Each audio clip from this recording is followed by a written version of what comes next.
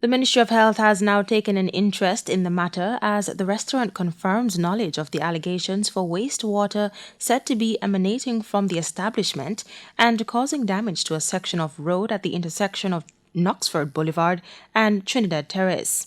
Restaurants Associates Limited, franchise of Burger King, has disclosed that it is aware of the allegations against it and is conducting investigations. The confirmation follows the intrusion notice served by NWA, giving it 30 days to rectify the problem. The notice was served last Wednesday, and NWA Communications Manager Stephen Shaw says the agency is expecting compliance. He explains that this is of major concern as the roadway was fixed late last year. He adds that there now will be more monitoring of the area. Monitoring the area because, having spent, as I said last week, over $1 million in November, December of last year, and we're back at square one before June of this year. Clearly, it is something that is of concern to us, and we'll have to monitor to ensure that we get a little bit more value out of the money that we spend.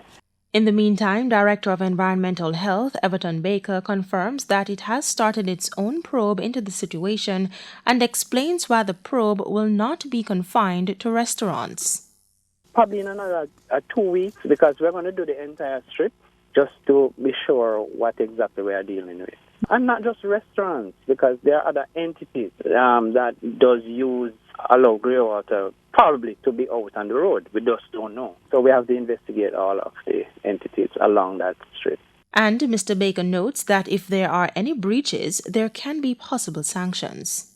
Once we have ascertained that persons are in breach or an entity, then we can serve a notice given a certain time, depends on the situation, the size of the problem, to remedy the problem within that time. If it is not done, then we can file a prosecution and persons can be taken to the court so the court can make a ruling. There had been complaints for some time about the wastewater running from the property. Cody Barrett, Frontline News.